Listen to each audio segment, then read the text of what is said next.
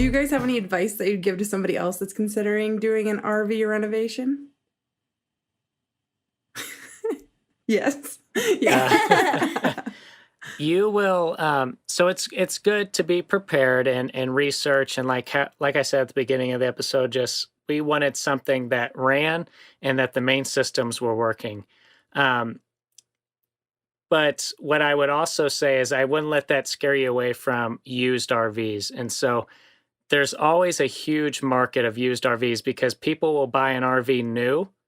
They go camping twice a year in it, and then after 3 years, they're like, we don't really use this thing. Let's sell it, and then you can now buy it from them. It's basically brand new, and you save like $20,000.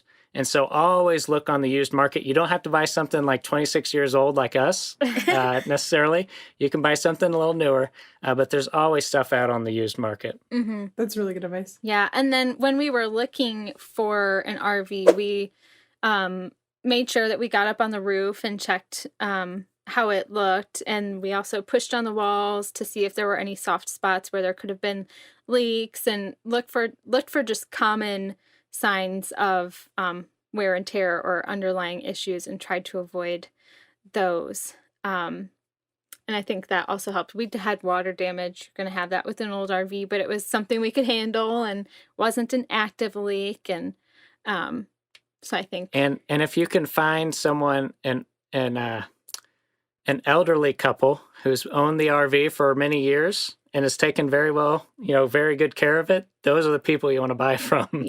They've owned they bought it new and they've owned it for 10 years.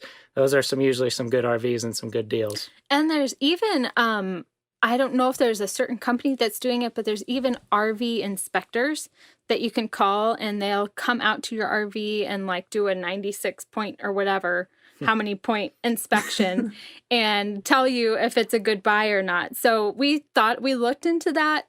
We thought about it, but it was kind of expensive to have them come out if we weren't sure that we were going to buy the RV in the long run. So, but I mean, if you have the money and you want to make sure that everything is squared away and you're not going to have hidden issues, that's another option, is just bringing in an RV inspector, and they'll know what to look for.